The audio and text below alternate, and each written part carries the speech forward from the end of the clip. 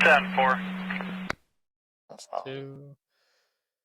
Hello, welcome back to the world's coolest scooter podcast. It's been months, and we're sorry that it's taken so long, but we have a new software that should help us be more consistent, although don't quote us on that, but hopefully these come more frequently.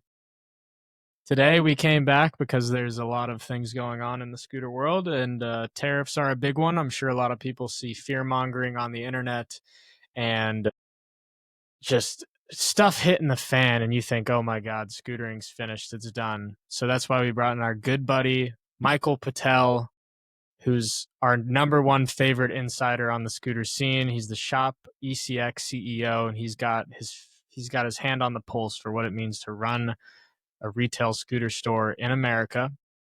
So Mike, we appreciate you coming on and giving us some insights to everything that's happening. Yeah, for sure. Thank you for the invite. I'm always hyped to talk about anything, especially scootering, of course. And then, yeah, I mean, I've been riding scooters, I guess, a little over around like 16 years or so. And then I've been running ECX since I was like 17. Live and breathe scooters every day. Yeah, Hell yeah. insider questions. I have the rider side and the business side kind of all merged together. So definitely a different perspective than most. So Yeah, man. All right, well, so just to start it off the top, the reason why I hit you up is because I saw the vault video of Nick saying the vault is going to go under because of tariffs, and I'm going to have to fire my employees, and scooter parts are going to cost $1 million, and all that. I feel like it's a good starting point because I think it's what most people have seen. So I guess, what do you think about the reality of what's happening with parts costing more? And I guess, where do you see scootering going in these next, let's say, the next year or two, with whatever hard times bring? yeah, yeah. I mean, manufacturing is going to be rough. Orders have been canceled, or pricing is going to go quite a bit higher. But long term, scooter ring should be okay. A lot of people need to remember, like, the sport is a worldwide thing, so the U.S. industry is definitely going to be rocky, and we can all, you know, talk it out, make our guesses and stuff. But overall, I mean, scootering is going to be fine. We're all going to keep riding and stuff. But uh, the next year, there's definitely going to be a lot less events. There's going to be more companies announcing that they're not going to be around anymore. But at the same time, I'm always optimistic as a scooter rider. I know we're always going to ride. There's always going to be scootering. And then I know, at least from our side, with ECX, like, ECX is always going to be here. We're always going to be a retailer in the sense that even if pricing goes up, because I kind of expert, we do a lot more with like customer service and all that. So it's going to be bad if pricing goes up, and it's not going to be nice for the riders to have to spend even more money in times where we have less and less money all the time. But um, our shop will be okay. Like, I'm not going anywhere or anything like that. Um, so Hell yeah. Good. Beautiful. Love it. Okay. we actually, like, sorry. Yeah. No, you're good. I was just gonna say, what's gonna be the biggest struggle for you with everything that's changing? The biggest struggle for me is going to be getting inventory.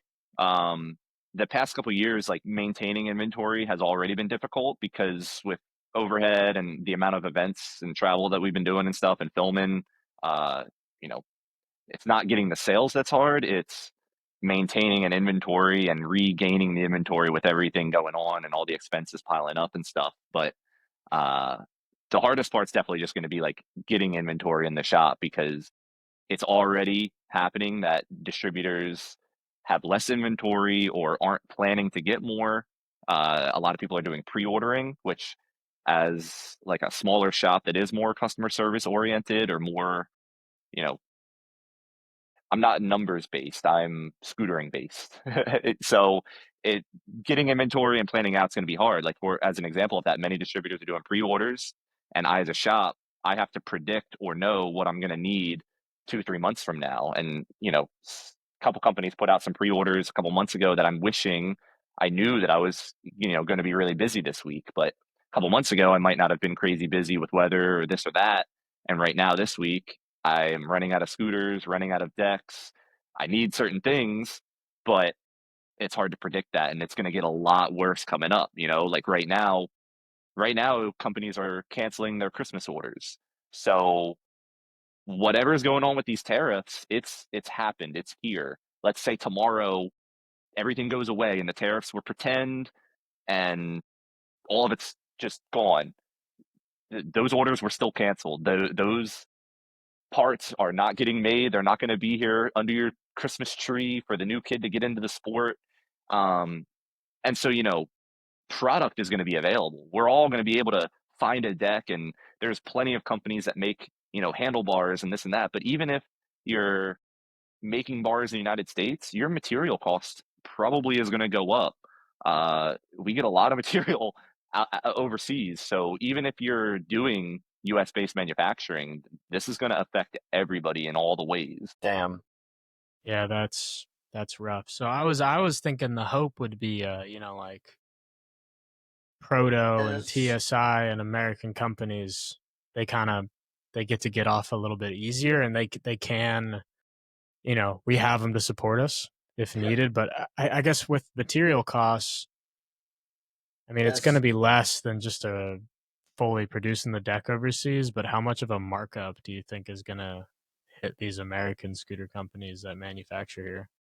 I mean, everything kind of multiplies out. So, like, even if these tariffs become a more realistic number, that cost is being eaten by the manufacturer or the distributor. Um, so, when a distributor's getting something in, then to the retail price is exponentially more. Everybody's seen the couple videos with the math and stuff, but uh, anybody, if you get a deck into the US as a distributor and you have, even if it's only a 10% tariff, that's going to multiply out.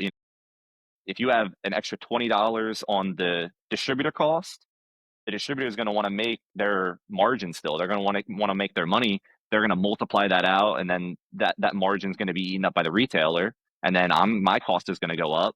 And then if I'm paying $40 more for a deck, I'm going to want to make my money on it. I'm going to need to make cover my overhead. So then I'm going to have to retail it at higher. So scooter riders are going to come in, and the deck is going to be exactly the same, and they're going to have to spend a lot more money. And the scooter industry isn't the only industry getting rocked right now. So we have pricing going up for scooter parts when people are struggling to pay rent and buy food. So it's rough. I mean, to me, scootering is the same as eating food. I mean, I'm not making it through my week. I'm not making it through my day without scootering the same way, but that's not that's not the market. That's not the consumers. That's not everybody. And so it's gonna be huge. I mean, but long term, it's also gonna be okay. Like, the business side of scootering has been rough before. It's always gonna go up and go down, and the industry, the amount of people in it is always gonna change, but the core of the sport's always gonna be there and all. But um yeah, I don't know. With U.S. manufacturing, the other thing is the people that are buying that proto deck. We all started on a Razor. We all started on a Magyar. We all started on an Envy. We all started on these mass market scooters. That if these companies, if their costs, if they're going out of business, or they're not getting things manufactured, or they're not getting product at the manufacturers, even if proto TDI is the only option, there's going to be less scooter riders and they're going to be hurt long term. If us sitting here, all the people that watch this podcast end up being the last generation of scooter riders, then sure, we all are going to have our TDI decks. But what does that mean for scootering in America? Where's the next, 10 years from now, where's the proto rider coming from? Because the people that are older and stuff aren't doing the best job at marketing and getting people into the sport the same way that the people that are making the big money are unfortunately doing better marketing to get youth and people into the sport. Yeah. Okay. So it's kind of like the death of the new scooter rider for about a year or two. Yeah, and I agree. I don't know. Again, I mean, I don't see it as a bad thing because the marketing is going to shift. I mean, we're going to Yeah. have you're going to have to market. It's not about going to be about who has the like lowest price scooter. I don't think anymore. It's going to be about who is still contributing, who is still hosting events, and whose scooter is worth buying, even though everybody's scooter has gone up in price. Yeah. Um, So I guess it's like, hmm, if there's an opportunity here, would it be maybe it's like marketing to middle schoolers or high school like freshmen instead of little kids getting foldies. I feel like maybe like the 8-10 year old range is they're that's where like little kids typically pick up a scooter, and maybe it shifts to a little bit older generation. They want to get scooters because it's cool or whatever, and that's where it shifts. I mean, that'd be pretty sweet if the age demographic went up because of this. If like it wasn't little kids getting into it, but yeah. I mean, young adults. obviously around the 2000s was like the initial boom of people getting it. And obviously the biggest contributor to that was, the Razor scooter, the accessibility, the availability of a scooter. Anybody, had one in their garage. Yeah. And, the same thing goes. And now you go around to a skate park, you're going to see somebody on that, Amazon scooter, that MGP that, retails for $80 at Target or whatever. That side of it, those are the people that grow up and then buy, the core brands. Mhm. It would be really cool to see like more people get into scootering through core brands. Yeah. It'd be awesome. As opposed to like Envy or how everyone pretty much starts is the very big corporate scooter companies. But man, if it was more people getting in because they saw like a North video or a Proto video, Ethic video, that'd be incredible.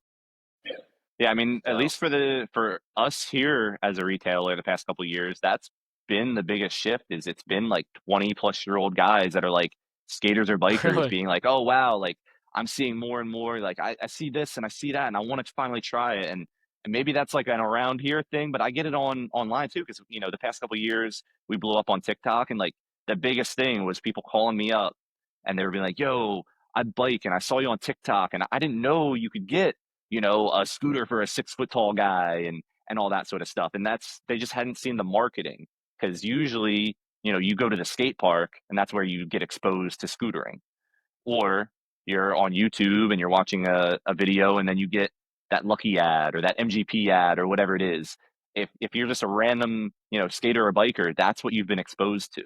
But the more companies, that have been doing all this work of showing core scootering and actual like the sport of it, the thing that we all have the passion behind that isn't just the little kid having his first amazing time at the skate park. Not to take anything away from that, but um, the more people that get exposed to that side of it first is going to be better long term because that's kind of where we're at already with the sport. You're yeah. not getting as you, that imagery is kind of gone of like the kid at the skate park's on a foldable razor. I mean, now he's on a Amazon or MGP, like I was saying, like that it's slowly shifting. And if all of those go away, now, you want to get into the sport, maybe you do have to look into it and get, something a little bit more core and catered to, you know, Yeah, we got to market to the big kids, yeah. bigger kids. I wonder if this is make scootering cool. I wonder if we like finally break into being just real hardcore and we're the cool kids now. Skateboarding gets it's played out after tariffs. Who knows? Yeah. But I think it yeah, I like how you're optimistic about it because I think it is pretty easy to be pessimistic, but it's a cool way to look at it like, well, this is an opportunity for the best of the best to survive in the industry. Like the people that are really good at marketing and can kind of maybe more people step up and start manufacturing in America. I know it's really hard to do, but it would be cool to see people do it. Is there like anywhere you can source metal like domestically, or is it basically all imported? I mean, I'm not going to sit here and pretend to be an expert on like metal, but to my understanding of it, I mean, I don't think we're mining American land like the way that, we're not getting aluminum or iron ore out of the ground the way that they are. To my understanding, I'm pretty sure we get a lot of our raw material like from China and other places. Yeah. So like, I mean, I don't know what percentage we get domestically, but I just, I can't imagine the answer is just going to, I don't think it's realistic to just say like, okay, let's just make scooters in America. I mean, it's Yeah. one thing that really grew the sport over the past decade is the fact that for less than $200, you can just buy a pro scooter. It doesn't fold, it doesn't fall apart. And honestly, most scooters nowadays are pretty damn safe compared to like what we used to have. And that barrier to entry is nice because Yeah. when you take a foldable to the park, there's there's a missing piece. You get a little bit less of that spark, but obviously it's still fun. There's still something there. But when you can take a quality scooter your first couple times to a park, that can really help someone fall in love with it more long term because there's not that turn off, you know? So it Yeah, absolutely. Hmm. We need to help the next generation. That's what this podcast is about. We need fucking cutting edge ideas. One person listening to this could start the next big brand in America and make scootering cool again. We'll yeah, I mean, survive. It's like a phoenix rising from the ashes. Sorry, Exactly. I'm going well, too deep into one this. reason there's material costs and labor costs as far as like generally talking about like what goes into making something. And one of the reasons that we can't compete, with overseas and manufacturing, obviously, is like labor costs.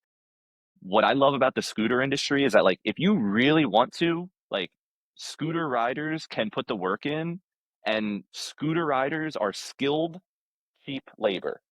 Like for example, when I make products, like when I used to make the pegs for Avid, I was doing machining work. If I was paying somebody hourly to make those pegs, it wouldn't have worked. But I was doing the work myself. I was doing the machining as a scooter rider, putting my own hands into it. And so that made it work. The same way that these people that run, handlebar companies in the US, if they were just outsourcing and paying, top dollar for high quality TIG welders, they're not going to sell an $80 handlebar.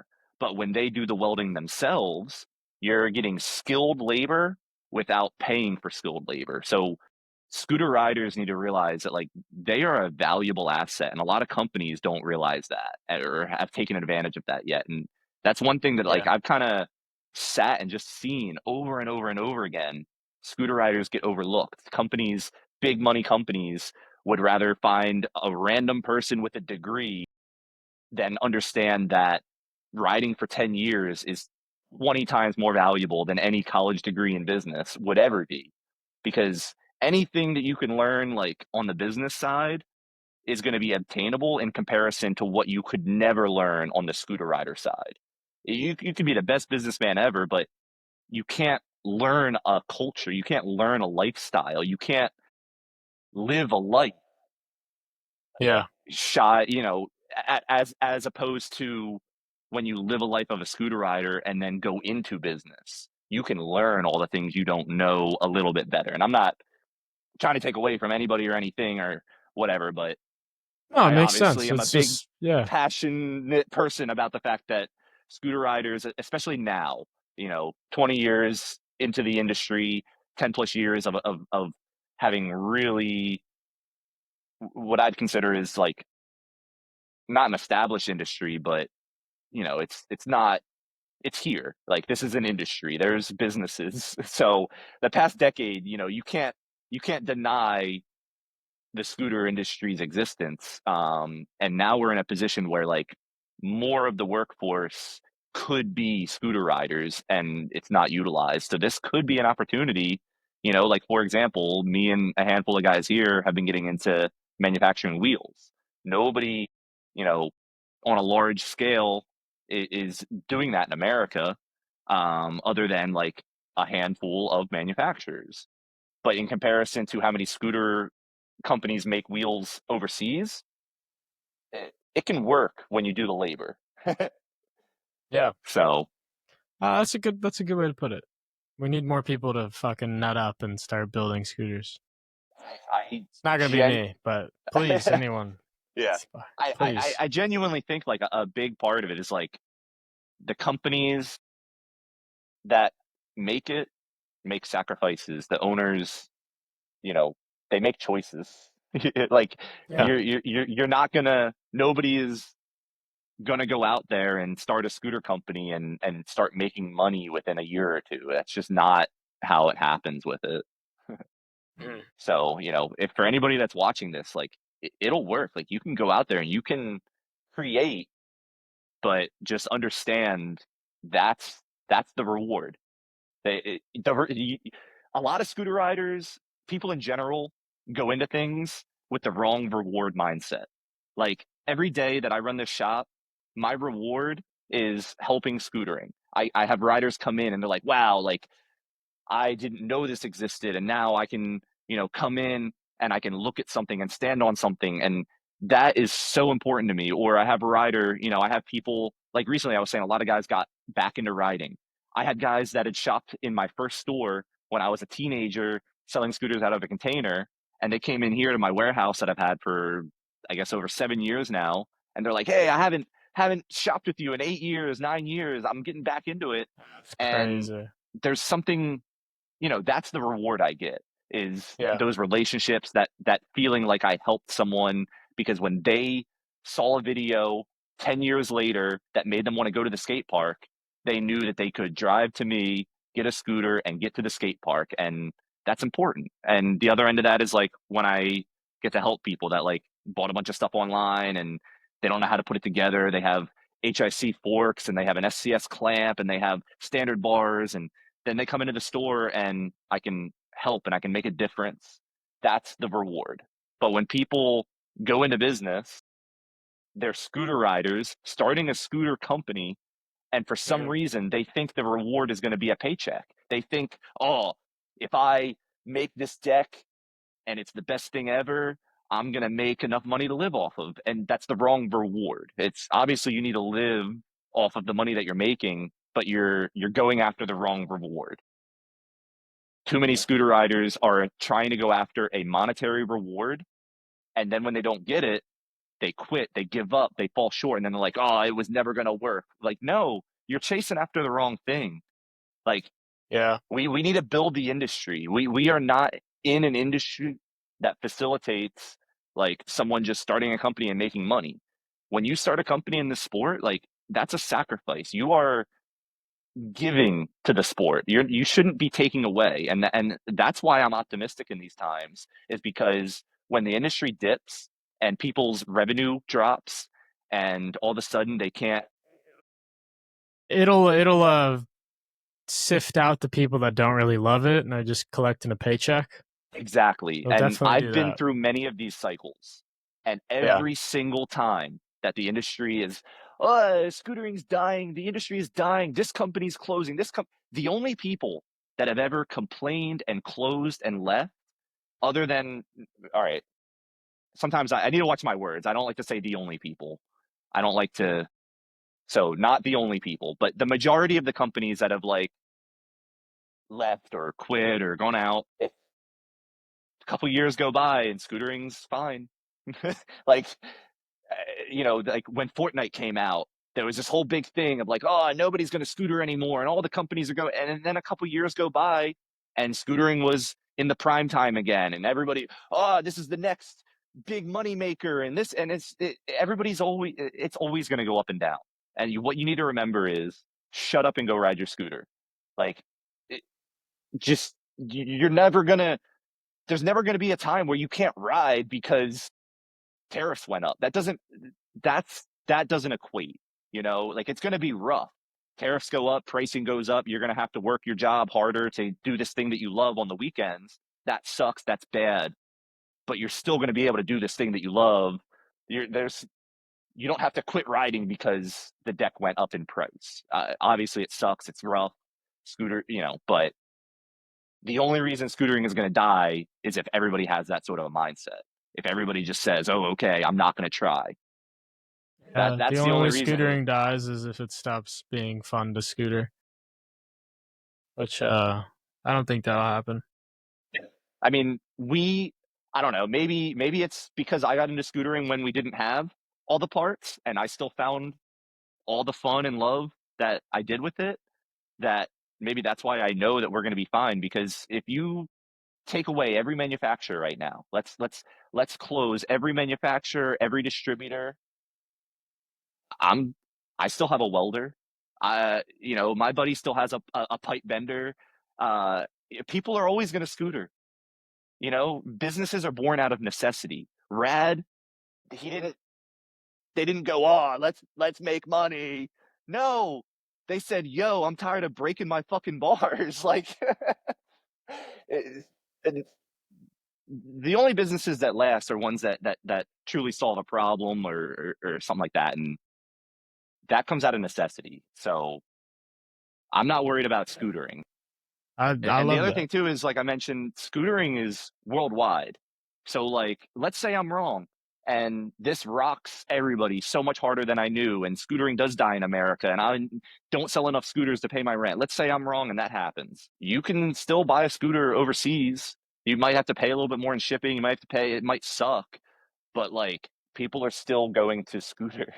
And that, you know, that culture is going to exist other places. Contests are going to keep happening in other countries.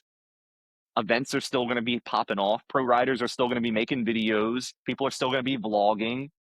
That spark isn't going to die just because the American market is temporarily in a horrible place. Yeah. I've never thought that either from any of this. I feel like it's like obviously scootering will exist, and I mean, all of the strongest scenes aren't even in America. So it's like we don't even have the best, strongest scene. It is, yeah.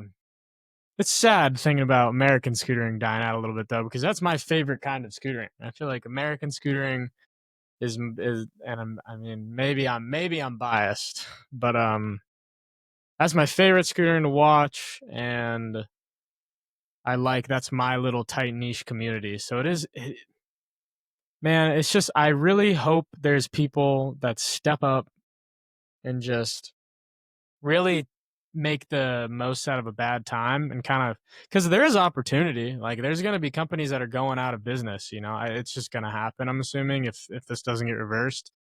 But Yeah. I hope people see it as an opportunity and they're like, okay, well now's my time to.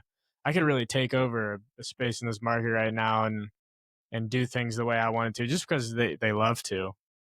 And then if they stick through it, they'll be heavily incentivized because they basically would have been putting a dying scene on their back. So I think that's a fun angle to look at it from. If you want to start something in scootering right now, if you see a bunch of people start going out of business, I mean, it's not going to be easy, but if you stick through it, you'll definitely come out on top. Um, I guess I have written down the difference in deck prices, like a European deck versus an American deck. Yeah. We were kind of Well, getting yeah, I into that mean, before we started recording. yeah. Yeah, it's going to be interesting to see because, the same way that the answer isn't to just make all the scooters and all the parts in America, there is going to be an interesting shift of, let's say, you know, all pricing goes up, whether it's USA made or not, but a deck made overseas is going to go up because of the tariffs a good amount more than just like a USA made deck, just because like raw material goes up. Shouldn't have the same effect as like a distributor paying a tariff. All right. Well, what are you thinking, Austin? I did kind of want to hear about the pricing, but I do feel like shit doesn't matter too much. You know, like Yeah, kind of what he it's said. fair. It's like you're Okay. gonna pay to ride what you want to ride, no matter Yeah. what it comes down to. And some people will get, I guess, weed or woed out by that. They'll get weed out by that, but fuck them. Survival of the fittest. Like the good companies will survive. The real people that like literally just scooter for fun will be able to continue doing that, and could be harder for them, but I guarantee the like people around them, if they know their situation and can help out, will help out. So it's just like it'll buff, you know. It will buff. All right, I have a Another thing to fun. touch on. Yeah. Yeah. No, you're good. Go on. Go on. I I'll was get to gonna mine after. I was gonna say like as like a real world, you know, pact of like tariffs and stuff like that is like I just recently placed an order to get Mantra wheels in, Sundezi's brand. Are you Mhm. familiar with Mantra? Yeah. So we just placed an order to get those in, and you know, I think right now there's from Australia there's a 10% tariff, but I'm curious to see because on the declarations form they should have to put that the stuff was manufactured in China, and like I'm importing that, right now from Australia, all these wheels that were manufactured in China. So I'm curious, like, what's going to happen with that. But as an example of how this will hurt retailers, and especially even more so how this would affect, an American retailer is, I just placed all this order for Mantra wheels. You as a scooter rider, you're going to worry about your money. You can come to my website here in America where I ship out of Delaware, and you can buy these wheels that I had to pay a tariff on. And so I'm going to have to make, you know, that tariff money back. So my retail price point equivalently is going to end up being higher than if you bought those wheels like from Mantra in Australia. And so that's not good because now me as a retailer, business wise, I would have to look at that and be like, oh, well, why would I import these wheels? Well, I want to because of, helping a fellow rider own brand, but business wise, I can understand how other retailers and long term that's going to have an effect. It's going to hurt the industry. Now, someone that is trying to make a wheel brand, trying to touch into different markets, they're not going to be able to have that same impact because now instead of being in a American retailer, he's going to have to market directly to American riders. And the same way that, me as a shop, I'm trying to get inventory, I'm trying to fill my walls. I want to have variety, I want to have quality, I want to be supporting brands like, a rider owned brand that has one of the best riders in the world, you know, putting thought and input into a product more so than just someone trying to make money. Um, yeah, there's not really an answer to that, but that's just an example of like a right now scenario these tariffs are affecting or going to affect. Yeah. And is there any way you can overturn the tariffs? Like, can you if like a billion people sign a petition, there's not even a billion people in America, but if like 50 million people sign a petition, does tariffs, can you remove something like that within our government? I'm like, stupid question, but I don't even, is that a thing? Yeah, I mean, I think that touches into politics, and I think that's more about removing the people in charge or the people in power. Uh, I think that's where it comes more into play. I don't think we get to necessarily, Americans don't vote Yeah. on particular things. We kind of like vote for the people and then the people just control it or whatever. I mean, again, I'm not going to try to explain how politics works to people that I don't, probably understand it more than me, but yeah, we're fine. I'm stupid when it comes to any of that stuff. That's fucking dumb though. We should be able to like vote off an act if the like one but yeah, rule. Um, yeah. all right, whatever. I guess we can't. Well, fuck us. So I have written down, and I didn't want to hear about this. Was so you talked to a bunch of people like within the industry. You're calling distributors and other shops and manufacturers and all that. I guess how's it been talking to all these people? Like on the phone, via email? Has any conversation stuck out? Most of what, as a retailer, the majority of who I'm hearing from is like the distributors or the people making, scooters and parts, and it's not a lot of good things being said. It's companies are pulling back manufacturing, they're canceling productions, they are switching to, a pre-order basis. Some companies are like shooting out emails, some are being more vocal about it than others. Like some people are giving warnings to pricing going up, and then follow up emails being like, "Hey, pricing has gone up," and then others I haven't really heard much, if not anything, from. So it's kind of different companies are taking different approaches to it. I think overall, it seems like most people are kind of like are seeing what's going to happen. Gotcha. Okay. A couple of distributors were switching to like pre-ordering only. So I don't remember if this was something that we had talked out in depth or not with this one, but um, as a retailer, I'm having to place orders like 2, 3 months ahead of time. And that's a lot harder to plan compared to when Yeah. distributors, have a warehouse of stock. Um, and so that's going to make it a lot harder to Yeah, we plan touched for. on that, and I get why Okay. that's got to be hard. That's a hard thing to fucking. It's not like you know exactly how many people you're gonna get for each season. Yeah. Um, hmm. Man, I guess Michael, what do you want to see in the next, let's say, 2 years? What do you want to see happen? I think I want to see a handful of brands come out of nowhere of scooter riders being like, "Hey, I've been riding my whole life. I'm finally making the jump and I'm doing this."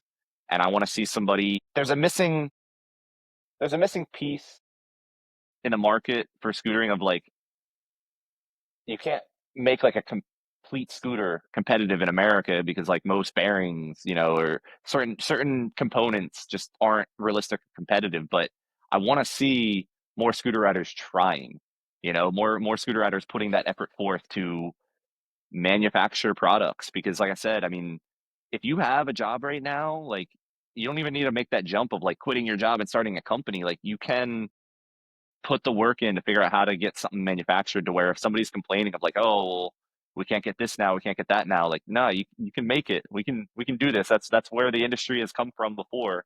Same thing goes on the retail side. If all these, the major online retailers are not doing good and going under numbers wise, that's a really good time. I want to see more people do, you know, not replicate, but some sort of a sense of like what I did of you can serve your local community if that local community receives it, like I want to see more people maybe not opening doors, but I think that there is opportunity that more people could do, you know in-person retail, uh Mhm. in addition to the store. Like we've been doing like the mobile trips and a lot of the stuff with the bus, and it'd be cool to see more people attempting that because very few people even try to get into like the retail side of stuff because it's so difficult. But just because something is hard doesn't mean it couldn't work.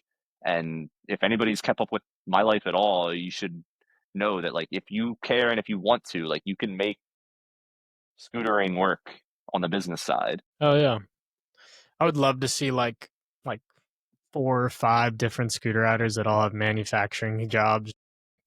Like fuck it, we're gonna build a scooter, And like one guy's like, I got Yeah, bearings and fork, and then the other guy makes an SES and I don't know the bars, and someone makes the deck, and they're just like, one of those things where it's just let's say that's their job. They got a manufacturing job, and they go in after hours and just build this Franken scooter. Just more shit like that of just these yeah, limited drops, because that's one thing is like so many people do with bars. Like shout out Sweaty Dan Walter, who did Valley. Like I mean, he makes bars in his garage. Like he welds for a living, and he's really good at it.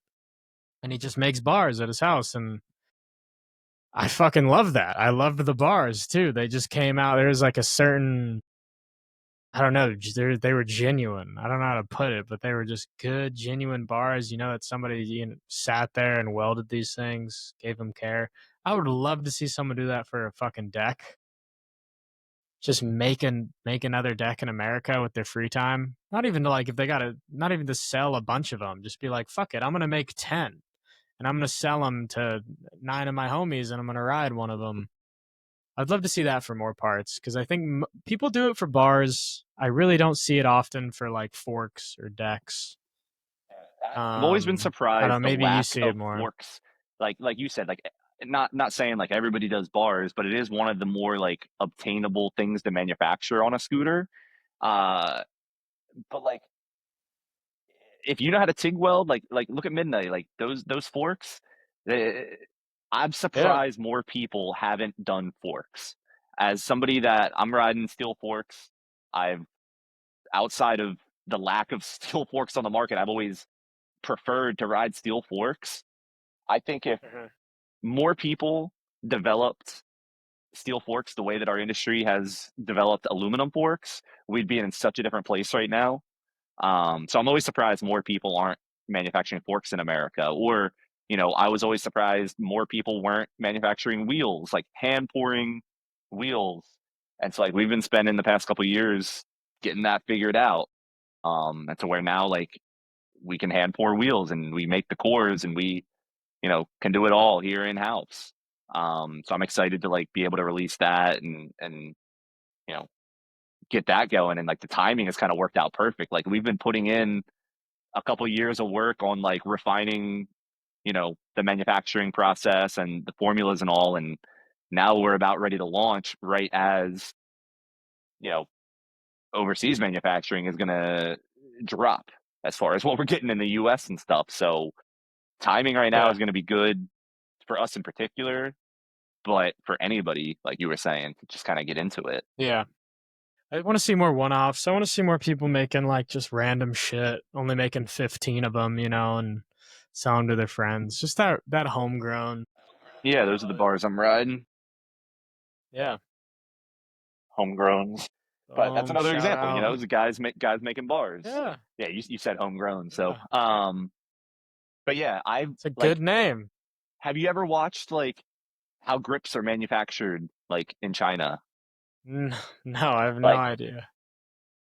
obviously like there's a lot that goes into it and it's huge machinery, but like it's not impossible for like a person in America to like set up the equipment to make like homemade grips in like some small scale. Mm. Like there's just certain things people just haven't even Oh done. man, one thing I saw really cool on Instagram was there's this guy in Ukraine who makes backpacks out of airbags. My girlfriend was showing me this, but it's like he recycles these airbags on used cars and makes, the hardest backpacks. They're so fucking cool.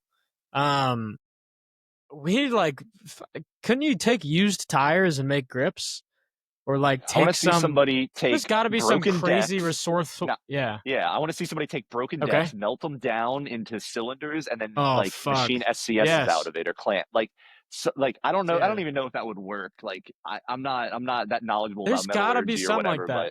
that. But You gotta be able to like. or That's what actually, I'm you know talking what? about. I want to see someone go to a junkyard and like buy just used car parts and melt them down and go fucking make something with it. Free That would business be plan for awesome, somebody dude. watching. Yeah, Jewelry, free. Become a scooter fucking jewelry. scavenger. Take like Yeah, scooter jewelry. It's a broken good one. decks. I don't know how Okay. aluminum jewelry would last, but like take a broken deck, melt it down, and then put it in like a little like keychain or something. I don't know. Yeah, That would bend. we're onto Aluminum wouldn't be something. the We're best onto something charm, but here. like I don't know. I don't know. No, you're onto something. We're spitballing here. This is where you gotta pull it out of the fucking fire. I'm not kidding. Someone needs to make that happen. Someone needs to go to a junkyard and just Yeah. You don't find need things to build a scooter nobody out of. needs to make nobody needs to make wheels. Nobody needs to Yeah, make bar ends though. Those things are we're good. we don't need bar ends. Yeah, we don't need fucking bar ends. Yeah, yeah. Yeah, man, more We don't stuff need like anybody that. manufacturing bar ends in the U.S. Do you manufacture bar ends? Is always. Do you Well, do that? so they're not released yet, but yeah, I mean that's something I'm that sorry. On my end, your screen's very blurry, by the way. So it's like okay. it's hard to see what you're Yeah, showing. But I mean I'm kind of like the viewer will be quickly able to like see it clear. throwing it up in like Yeah, quick, sneaky sort of ways and stuff because it's not really what this pod's about or anything. We're kind of talking yeah, like retail and, but at the same time as yeah. talking about retail and ECX, I mean we are talking about manufacturing in the U.S. So it's kind of hard for me to like not Yeah. touch base on like what we're doing with wheels and stuff here in the U.S. I mean we've upgraded Dude, all our machinery absolutely. to make cores and pour the urethane around them. So everything but the bearings we can do in house. I mean, that's a pretty big deal. I mean, shout out your shit, bro. Shout out ECX wheels. Are you naming them So, ECX wheels, or is it an actual wheel so the company? manufacturing stuff is ballast. So ECX is Oh the yeah, so shop. yeah, like the peg company, right? And No, the my peg the company deck was pens. Avid. That was Avid. I thought you said. Oh, my bad. My bad. Yeah. Nah, you're good. Yeah. So Avid. I started Avid I don't want to just sit here and ramble for hours and stuff like that. But I started that because Razer didn't want to buy and sell the hourglass peg design that I'd worked on. So then I started. They helped me with manufacturing, and I launched Avid as like my own brand to sell pegs. And then when pegs died off in the industry, the company, I started the company to sell pegs and things I felt passionate about, and like it was okay that the sport didn't agree with the things I felt passionate about. I mean, pegs died off, and that's fine. But then when we got into manufacturing wheels and the bar ends are something that, like, as a retailer, since I was a teenager, bar ends have not fit right, and you have to trim them when they break, and it's just been an issue. Like right now, metal bar ends are the only thing that don't break. So I kind of solved that issue with it, but it, Hell yeah.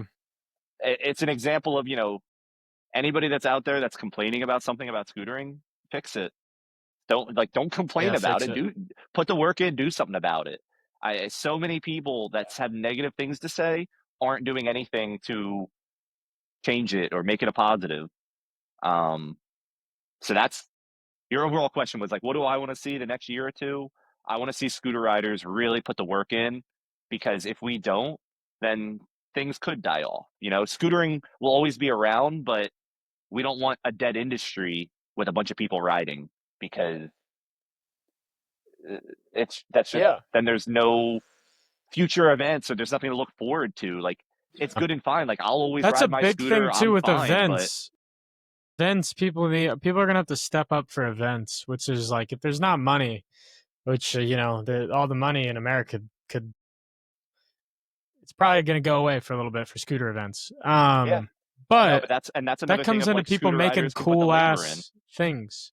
Yeah, build ramps, build rails, build. Just throw an I event. Like, mean, if what you're a else is scooter there? rider and you Ramps have and like a rails. local community, like, you're able to throw an event and get people around, and that's what we need more of Yeah, right now. We don't need people being like, oh, scootering is dying, this and that. No, you need to just get all your friends together and ride, because then that's what's gonna get more people into the sport and get you re-excited and get you, needing new parts and supporting the companies and all that. And I don't know, like a couple years ago when God, things were I kind of dying love. off. Yeah, I was gonna just say love. I love the rails that people will build, like for that one heligrip contest in San Francisco where they like built onto the spots and did stuff like that. I just think there's so many talented scooter riders where I would fucking love for I know a bunch of scooter riders weld and they make things, and I want to see like an event that happens every year where like these people that are very good at create a bunch of shit. Like it could even be like one year it's rails and they make like a kink rail, a windy snake rail, an up and down, loop to loop, whatever the fuck. Just make like crazy, crazy rails because there's talented people that can do that. And then maybe another year, then you do it with ramps, just shit like that. I feel like we're doing the same stuff in scootering where it's just street jam, and then more street jams. We I want to need see like, more of these contests where people like scooter riders use their skills. we need like a convention, you know, like Yes, we need a big. Yeah, we do. like Yeah, we used to have like the CooterCons where all the companies could kind of meet up, and there was like other things like that. There was like a couple like bike yeah, conventions where scooter companies would meet up and everything. Like overseas manufacturers would meet with. We need like a scooter rider oriented business convention every year. yeah, Like we have the street yeah, jams, but there's, you know, then it comes down to who's going to host it and who's consistent with it. And, people that are out there doing stuff, like I'm doing my thing, you're doing your thing, people are already doing stuff. So it's like we need more people to just like latch on and do the things, but where are we going to get them, or how are we going to get them yeah. excited or want to do something? Yeah, it's hard. I mean, organizing is the hardest part. I just don't even. I think it's like I mean, I'm sitting here. I'm like a big old ideas guy right now, but I'm not out doing like this big old rail event. And we did throw our own event. I guess we can pat ourselves in the back a little bit, but Yeah. it's just hard. And I think if find friends that you like working with, and it's fun to actually go and create stuff. I think you're good. I think if you try to do everything by yourself, it's going to be very demanding and not nearly as fun. But fucking hell, I just feel like you meet so many cool people scootering. Find 5 homies and just be like, we're going to do something different this year. You can all save up I five, think we're ten gonna have a grand. Who lot of knows? like, Working through the whole year. yeah. Part of why I'm so optimistic is like I remember when we didn't have an industry, and I think we're just gonna go back to those roots of like instead of people trying to be like, oh, I want to get sponsored by this person, I want to get sponsored by this. We're gonna have less of that, and it's gonna go back to the roots of like like you said, you and 5 of your friends all of a Yeah. sudden are gonna have a crew, and you're gonna just film. You're gonna be like, yo, this summer we're filming a crew video. Like we're gonna have more of that. And that's Yeah. scootering. Like, so like as the industry is doing bad, this is going to be a correction period. This is going to be a time where scootering will get to re-thrive, I think. I don't think this is going to be a time where scootering dies off. I think this is going to be a time Yeah. where I it's feel gonna like it's gonna shine thrive in a might be the different wrong way. word, but thrive, yeah, might not be the right word, but I think refine is a pretty good one. It'll probably refine scootering. Yeah. I think It'll we'll make have it. like It'll it'll yeah. refine it. We'll get a new image, and then 2-3 years down the road, that industry Then it wave blows is going up, to go up, and we're and sponsored by then the companies that Balenciaga. have been putting the hard work Not in right Balenciaga. now are going to reap the benefit of that. Yeah. No, absolutely. Man, I love it. I like your perspective. I'm glad you're not a fearmonger on all these topics. But shit, dude, we're almost an hour in, and as you can tell by our man in the far left over here, I think this topic is a little information loaded, and I'm sure a lot of people are gonna have a hard time listening to all of it just because it's very nitty gritty. But I'm glad we did it, and I'm just glad that. Thank you for coming on and letting me like try out this new software too, to Yeah. see how it works, and I think this is gonna make podcasting a lot easier. So I'm hyped to have you on the first time in this new stew. Thank you, Mike. Yeah. Yeah. Thank you for the invite. Nah, I mean, I'm excited. I don't want anybody to like watch this and think that I'm ignoring or not aware of how bad things will be, but I'm just trying to be a reminder that the way out of it is to just stay happy, keep scootering, work hard. Yeah, absolutely. I think as soon as you start calling doomsday, that's when doomsday happens, at least for you in your own internal world. You're like, scootering's done. It's gone to shit. I'm over it. And I think as long as you don't take on that mindset, you'll just keep riding and you'll go with the ebbs and the flows, and you'll be there in the lows and you won't really care. And you'll be there for the highs and you'll enjoy them. So, amen, man. Well, episode, I don't even fucking know. It's been a while. If you made it this far, we know not all of us did. So, thank you. TenFour. All righty. Thank you guys.